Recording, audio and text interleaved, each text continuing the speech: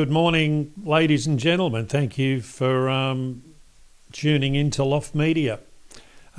Today, I would like to talk to you about our local member, Bruce Saunders. He's an ALP member, and I'd just like to tell you and fill you in with the experiences that I've had in regards to Bruce. Increasingly, I've become stirred to think of the lies and the deceit that this local member is getting away with here in Maryborough. Now, it is an important discussion that the people of Maryborough need to have. The next term of government is for 4 years, and I dread the thought that if Bruce Saunders is our state member for the next 4 years, where Maryborough is heading. Now, the man says he puts Maryborough first. Let me tell you, it's Bruce first. And during the course of this discourse, you'll hear me and you'll hear others who, and out of Bruce's own mouth as to the real character of the man Bruce. Here is a man who's pushing for euthanasia. Here is a man who has voted for abortion. Here is a man that does silence people. And here is a man that cannot be trusted to hold the seat of Maryborough. This is a community of Maryborough major decision, and I implore you to listen to the rest of this broadcast. Recap from when I became the mayor. I never received an email from Bruce in the course of my 2 years as the mayor. I never received a phone call from Bruce, and I never received a return phone call from Bruce. In that 2 years, Bruce would only talk to the ALP members of council, who were George Seymour and Stuart Taylor, who had transferred from LNP membership to ALP membership.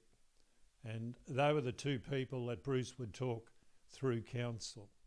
In these early days of my mayoralship, there were rumours and allegations that Bruce, I'm saying they're allegations, that Bruce has said to the party faithful, his fellow thugs, that if the wrong mayor gets elected, we'll get headquarters to intervene.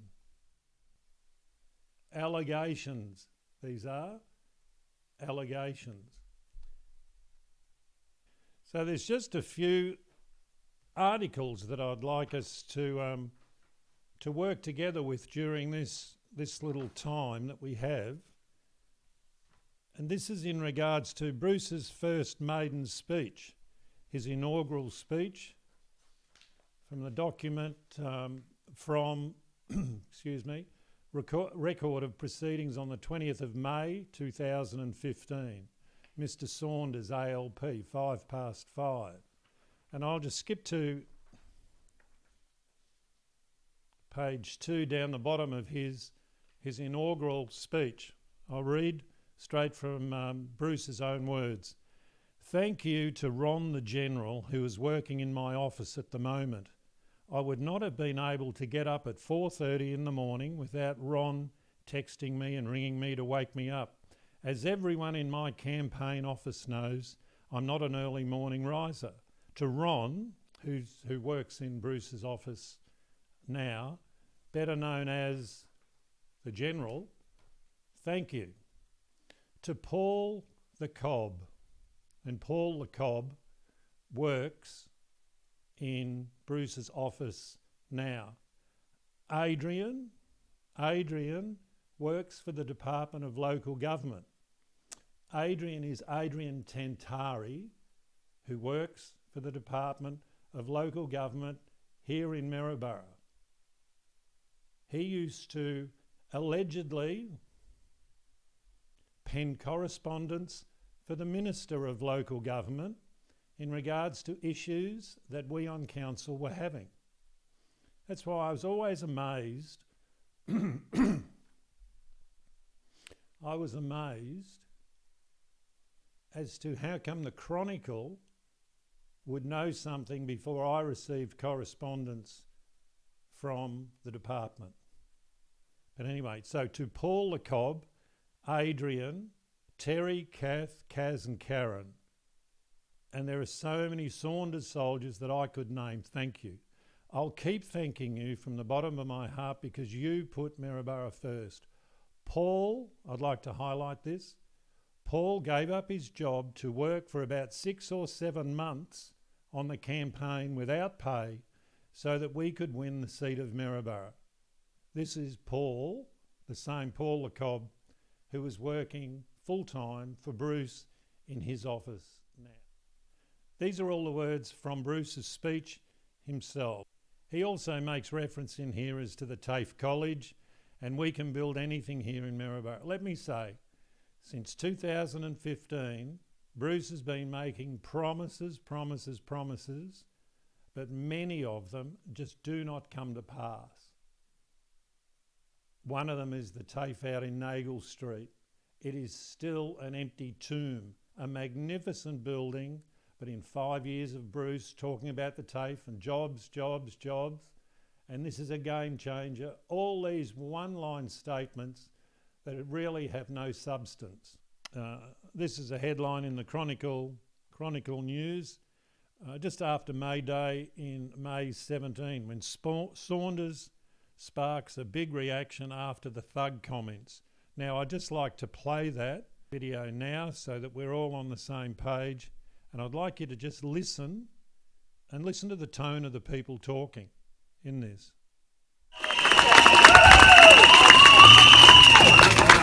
Thank you, Minister. Brothers and sisters, it's great to be here today. Last week on Facebook, my staff were called to the Mayor and his son union thugs. But when I stand up for workers' rights, I'm proud to be a union bloody thug. I'm proud to be a thug because we stand up for workers' rights. Turnbull, we're no fools, get us conducting to our schools. Malcolm Turnbull, we're no fools, get us conducting to our schools. Is labour exploitation a big issue in Maryborough? It's a massive issue. We get people through our doors every day who aren't getting paid. Superannuation, the correct rate of pay. They're being sacked by text messages, or they're being told not to come to work by text messages. And it's time that the people realise that if you take the money away from the working men and women of the city, that's less money to go around. So we've just heard that. That alarmed me and alarmed many in our community as to the anger that is within these people. There's quite a few points there that you could have a look at and look at again and just see what you see in the background. On the Town Hall Green, where Ben Chifley would turn in his grave to hear the behaviour of these people, basically the founder of the ALP, who used to work for workers' rights. But Bruce is proud to be a union thug, and standing right next door to him on the Town Hall Green is Adrian Tentari. He's the ALP contender for Hervey Bay. And then it cuts through to this screaming voice of a union man in the background where there's Bruce, Grace, and also Adrian Tentari. The screaming voice, to me it alarmed me to think that person probably has a family, and that's the sort of behaviour that he's encouraging his family to behave. That's the leadership roles that has been established in this city, and it's just not good enough. Domestic violence has gone through the roof in this recent period, and that's the sort of behaviour that Bruce condones. He's excited, and right at the finish the caption is about businesses who are ripping off wages from people. Well, let me tell you, I was an accountant. We had about 2,500 clients. 99% of those people do the right thing. People in business do the right thing. Thugs don't. And what I've learned and what has been submitted to me over the course of after I was sacked as the mayor, from what has been going on by some of these heavy-handed people, will alarm you. And it will come out. Truth finds a way to surface. And the truth is now coming out in a lot of the areas of corruption within the Queensland government. It's nearly daily we're hearing something of bribes, of frauds. And just this week, Paul Pasali, the ex-mayor of Ipswich Council, who was held in such high regard and was referred to as, if you're in local council, go and study Pasali at Ipswich and just run your business the same way, run your council this way. That's been in for about the last 20 years, that's the drum that these ALP people have been playing. He admits to 35 charges, guilty of the lot. And that'll be a separate session that we'll be doing here on Loft Media to just enlighten you as to what was going on and the blind eyes that have been turned for 20 years to the Ipswich Council. And one of those people who's turned a blind ear was our previous Chronicle newspaper editor here, Peter Chapman. He was in charge of Queensland Times. Now, I encourage all you people that love to do research, just begin to do research on Peter Chapman, our former editor of the Chronicle newspaper here, and you'll see the sort of colours that Peter Chapman and the type of people that Peter Chapman cuddled up alongside. Pasali was one of them. And birds of a feather flock together, or if you lie down with dogs, you'll end up with fleas. Guess what's happened? The training that Peter Chapman, that I saw in some of the young journalists that came through in the Chronicle too, I used to wonder of why the bias on the Maryborough Chronicle in their editorials and their news columns. And now, years later, you can look back and go, they're just young people that have come out of college, come out of uni, they've probably read one book, they've got one life's experiences, and so they're trained in the leftist way or the socialist way of thinking. So they turn a blind eye to what the truth is. Now we here, the aim of Loft Media is that let truth prevail, because truth sets people free. And I know since coming back out of the prison term that I've had, people have shared with me their stories of the truth that has been going on here. Many are now telling the story, they're game to tell the story. So Bruce is no small business person's friend, let me tell you that. Besides that, he's not the farmer's friend. And let me just get into the issue of water and some of the promises that Bruce has brought up during his journey. The game changer man. And I should bring in now that, for your own knowledge, Maryborough, the electorate of Maryborough, out of the 93 electorates, we are positioned at 4th worst in unemployment. Only the Treasurer, Mr. Dick, his electorate stands as number 1. So we've got the Treasurer of the state of Queensland, who he is number 1 in unemployment rate as of March, as of parliamentary figures that have been produced, nearly 15%. 14.9 is the Minister in charge of the finances of Queensland, and he's been there for quite a while. Do your research, see how long he's been there. He is in charge of the Treasury of Queensland, and he will not do a budget until after they're re-elected. It defies belief that these people think they can run this great state without just the elementary issue of having a budget as to where we're going. Who knows how many billions we're in debt. Now, Bruce here in Maryborough since 2015 to now, we're the 4th worst. We're 89 out of 93 electorates, and he puts Maryborough first. I think he wants to be first, being the worst. He talks of Maryborough was the Detroit of America. Well, let me tell you, Bruce, this is a message to you. Things have not improved since you've been in. Your promises and promises is just hot air and wind. It's time to dredge the Mary River, says Maryborough MP. In an article in the Chronicle, 28th of February 2018. It's time to dredge the Mary River. That's what Mr. Maryborough State MP, Mr. Bruce Saunders, believes. Well, let me tell you, I could keep going on. The Mary River has not been dredged. Another wishful promise, another game changer from Bruce.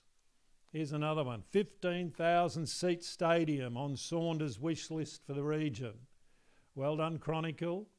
Hayden Johnson, that's right. That's one of, if you'd like to do some Google research with the Peter Chapman and Hayden Johnson, and you just link those two, you'll find that there's many references to each other as they pat each other on the back. So Hayden's a protege of Peter Chapman. Hayden was no friend of mine. Some of the information that he did have that he refused to publish also just shows the character of these beings who flock together. That was the 15,000 seat stadium on Saunders' wish list. This was around the same time. He was also not in favour of the sports precinct in Hervey Bay, and all of a sudden, when we get a Labor mayor in Hervey Bay, we are in favour of the sports precinct in Hervey Bay, and along with Councillor Taylor, who's apparently going as an independent for Hervey Bay. More issues in regards to the water. Is Saunders to advocate for the Paradise Dam pipeline? Now, I distinctly remember that Bruce was making the promise he's going to build a pipeline from the Paradise Dam to Maryborough. $65 million. They got money to burn, this lot.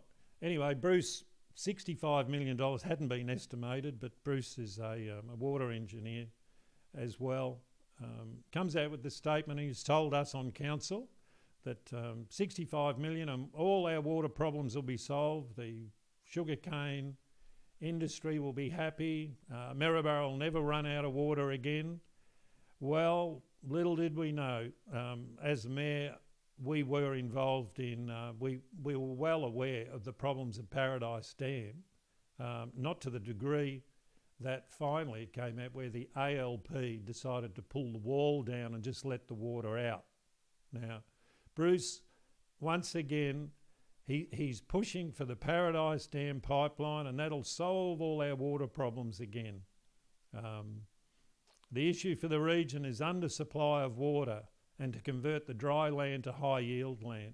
And even as we speak now, Bruce is not in favour of the federal government. Bruce will not work with the federal government. He's against the Hinkler deal. He's against this water storage. I mean, Bruce has his own agenda, and it's not for the farmers.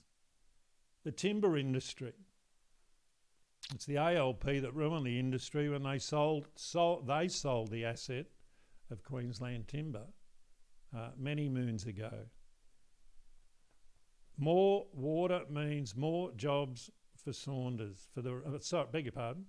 More water means more jobs for the region. Increased water storage will not just benefit the cane growers, it'll mean more jobs for the whole region. Bruce talks about jobs. It has not eventuated. The unemployment rate, I'll let you do the research, what it was when he came in 2015, and you see what the unemployment rate is now. Another article here with another promise. The MP wants more emergency housing for women in danger. That has not come about. Domestic violence has been on the increase. Our local MP calls Ted Sorensen in Parliament you're a dog. I mean, no wonder he is proud to be a union thug.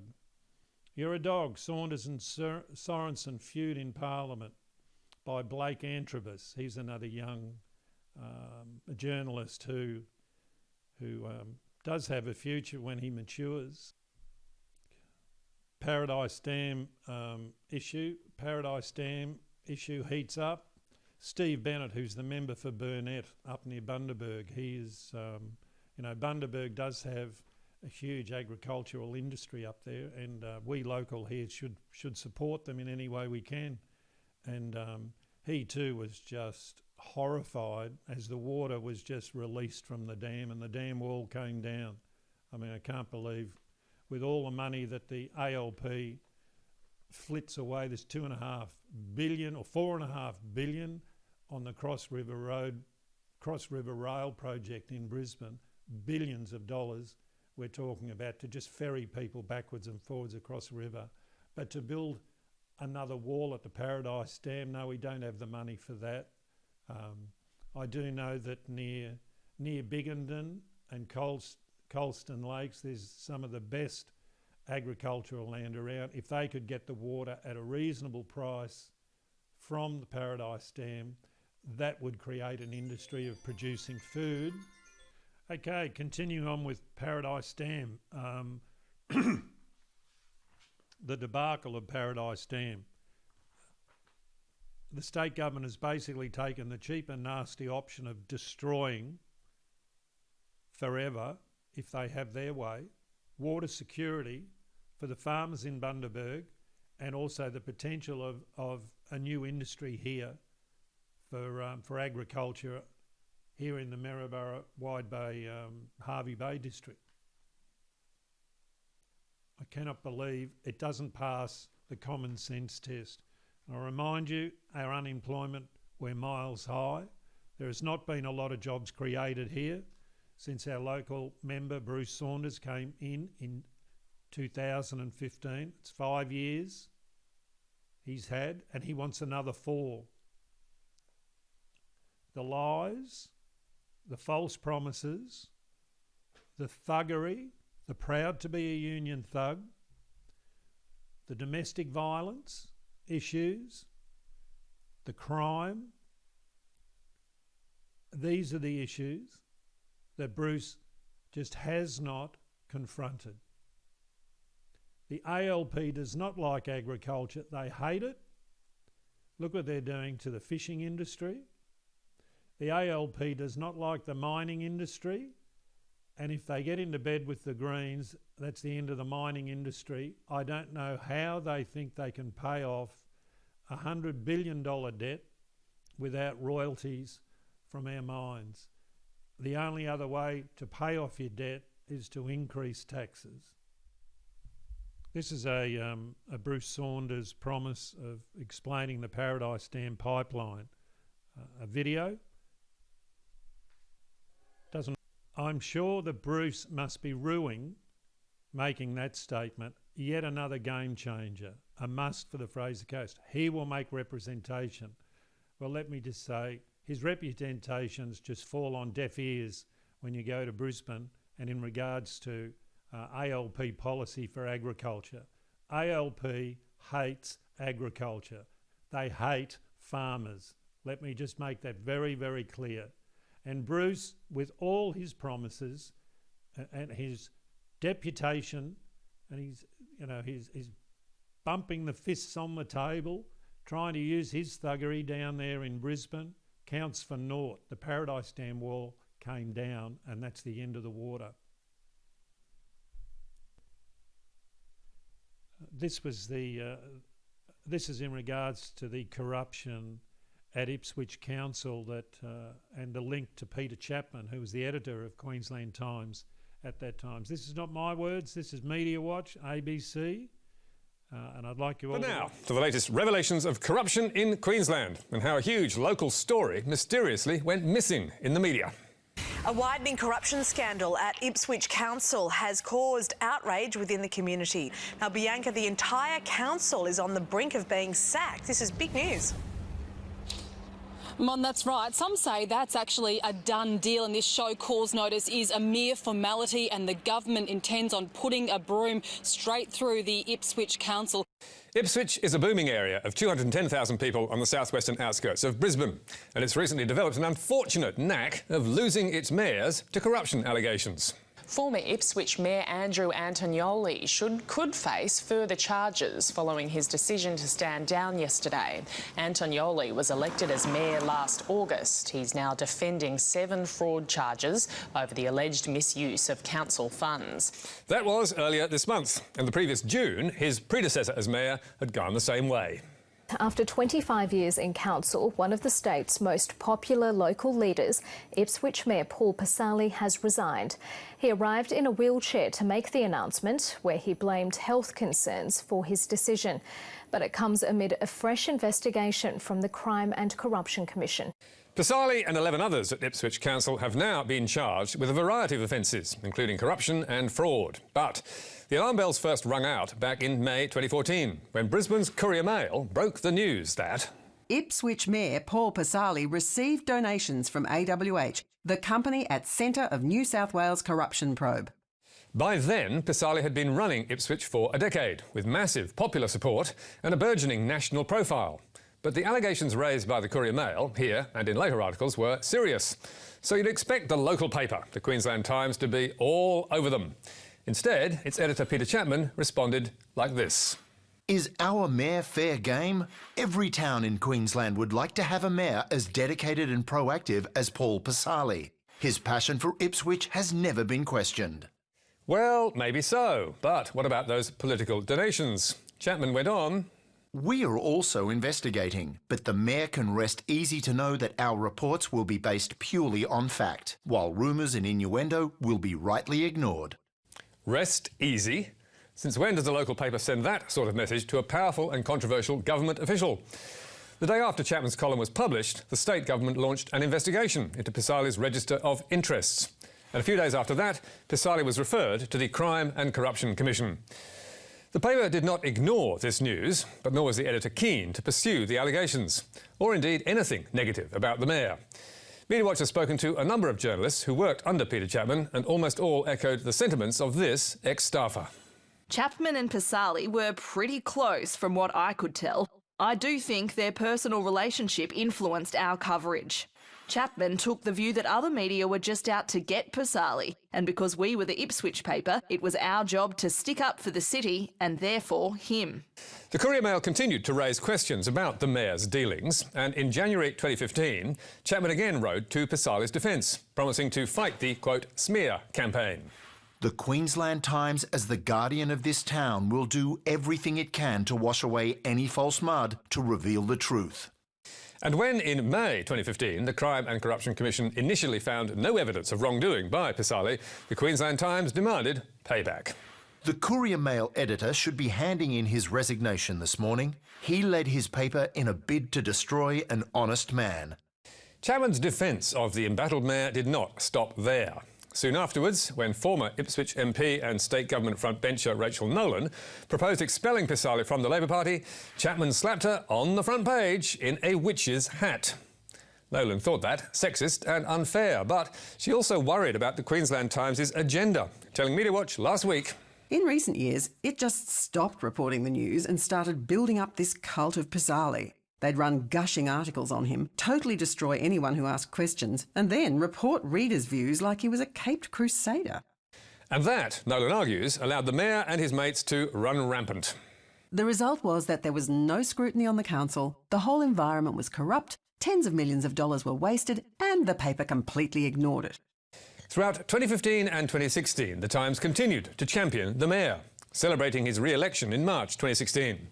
But by June last year, Chapman had left the paper, so he did not have to figure out how to sugarcoat Pasali's televised fall from grace. There was no mayoral robe for his last media briefing as the civic leader, just pyjamas, socks and a dressing gown. It's a very sad day for me and a very emotional day. After 13 years as mayor and more than 25 years in local government, he's calling it quits. What Pisali didn't tell the TV cameras was that his office had been raided by the Crime and Corruption Commission the day before, and that 3 weeks earlier he'd been caught by the Federal Police at Melbourne Airport with $50,000 in cash. Shortly after his resignation, Pisali was charged with corruption, extortion, fraud and perverting the course of justice. And prosecutors say there may be more to come. The charges spell victory for the Courier Mail, which doggedly pursued the mayor. But they also raise serious questions about why the Queensland Times did such a poor job. Media Watch has been told the mayor boasted about his influence over the paper and threatened to withdraw advertising dollars if journalists did not fall into line. So is that why Chapman, who's no longer in journalism, was such a sycophantic supporter? Well, we don't know, because he did not respond to our calls, texts or emails. But what we do know is it's the media's job to keep a critical eye on the people in power. And Queensland Times failed in its duty to do that. Okay, so in regards to who you vote for in our local Maryborough election here, can I just say, put Labor last. Put Bruce Saunders last. He would be the worst choice for this electorate for the next 4 years. We've had 5 years of his proud to be a union thug. We cannot afford another 4 years of this sort of one-sided, we'll only talk to red-shirted people, will not converse with Conservatives, will not converse with the likes of Lou O'Brien, the federal members, will only talk to his like kind. We're needing someone that can gather this community together and for the good of the whole community, someone who will accept anybody who walks through the door of their office, not just red shirts. Thank you. Look, since Loft Media has been put up on YouTube, we have had inquiries and I have had information come my way in regards to others that feel injustice, well, that know that injustice has been done to them in the course of their business dealings with councils and different government departments. But it's mainly in regards to council that we're looking to sort of to assist in the clean-up, to bring truth and reality into a better local council governance issue. So, look, this is no conspiracy theory, but it is good to be wise, and we've decided the way to correspond with Loft Media is by the old-fashioned way, in an envelope, handwritten, to an address which I'll give you shortly. If you have an issue where you feel that it's basically whistleblowing, before you go to a government department or to the CCC or to wherever, it would be good to get sound legal advice, because I know of a lot of people who have whistleblown and it has come off not well for them. We've only got to look locally. Tony Hoffman, the nurse in the Bundaberg disaster of the Dr. Patel, that lady's life was basically ruined because she blew the whistle on some terrible health operations that were going on in Bundaberg. You would think the system would have supported her, but the system did not support her. The system was all about cover-ups. And unfortunately, things have not changed. They've only got worse with increasing cover-ups and lies and deceit within the government of Queensland in the last few years, particularly the last few years. So if you've got something that you want to convey to us, it needs to be by a handwritten letter in an envelope addressed to PO Box 7701 Urangan 4655. That'll come up on the bottom of the screen. PO Box 7701 Urangan 4655. And your complaint needs to be kept to 1.5 pages maximum. So it just needs to be a summary for our advisors. Now, we have a team of pro bono legal people who are willing to cast their eye over these things and then they would communicate back to you by the same mechanism, because there are a lot of things that are, without getting into the conspiracy theories, but Big Brother is watching. So we find that this has been a way that we can assist you in your efforts also, as we in Queensland try to let truth prevail and try to bring some justice back to the law and justice of Queensland. Right now it's all about laws, but we're needing to help bring justice back into Queensland. Thanks. We'd also like you to do research on for us in regards to some of the issues that we bring up, like you might like to do research on the editors of the local Chronicle newspaper and see the links or what their history is, or where they've come from, why they write columns in the way that they write columns. Much of the media of the past has been particularly biased. They're not in regards to facts, but it's more there's been a bias, a political bias. We'd encourage also people to read books on these particular issues, just so they're aware. History, if we don't know our history, we don't really know where we're going. And I'm encouraged that more people are reading the book Alexander Solzhenitsyn. I think that's the way it's said. He blew the whistle on Russia and also its socialist communist government and the horrific things that the bureaucrats of the day did to the population of Russia. There were something like 50 million people who were murdered and tortured in some horrific ways by the government of the day. And we can think, that had never happened in Australia. Well, I'm amazed with this coronavirus issue of the willingness of people to just accept the rules that are sent down from the bureaucracy. And even our Premier admitted recently that she takes instruction from the Chief Medical Officer as to what her decision will be. I mean,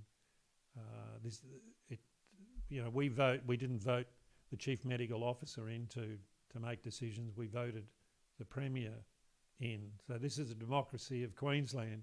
The politicians need to make the decision. Okay, so in conclusion, I'd just like to just go over a couple of points. One is the performance of our local ALP member, Bruce the Thug Saunders, proud to be a union thug, is the unemployment figures here in Maryborough. As I said before, Maryborough unfortunately is the fourth worst in the state, rating at number 89 electorate out of 93. And Maryborough is, as I said, the fourth worst. Now, just for your own knowledge, again, I reiterate, the Treasurer, his is the worst. So he's 93 out of 93, Mr. Dick. And the Premier's electorate is at the 82nd mark. So she's the 9th worst in the state. Now, these are the people that are holding the purse strings, making the promises, the desperate promises, to try to convince you, the voter, to vote for them. So unemployment has certainly not been a win for our local area here under the 5 years of Bruce Saunders.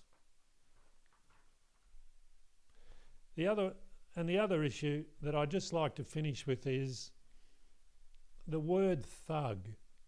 Now, Bruce has self-described himself as a thug. He's proud to be a union bloody thug.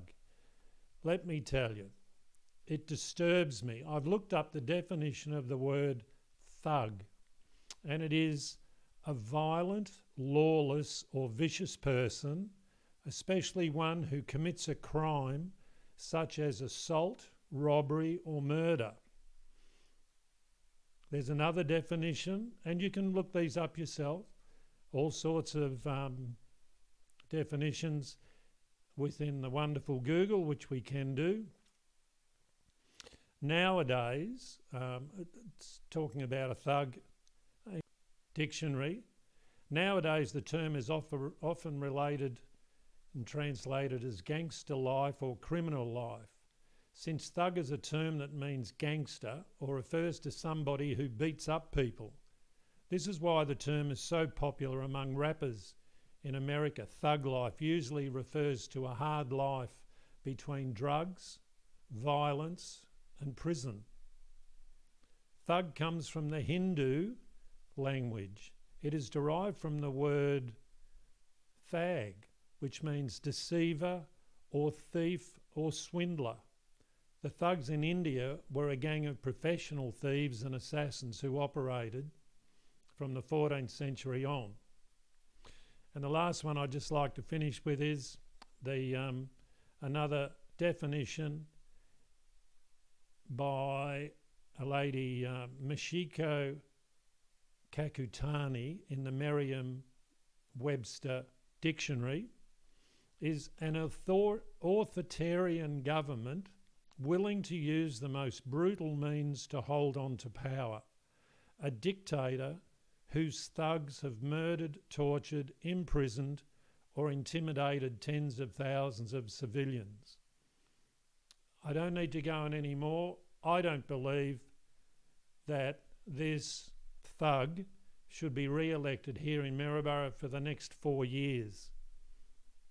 I look, another word for thug, goon, hoodlum, punk, strong armour, a toughie. That's not what we want our future generations of people from this region to grow up to be, those types of people. So when you vote, I suggest you look for a person with character who has lived here, has achieved here, and his heart is for the whole community, not just fellow thugs. Thank you. Make a wise choice.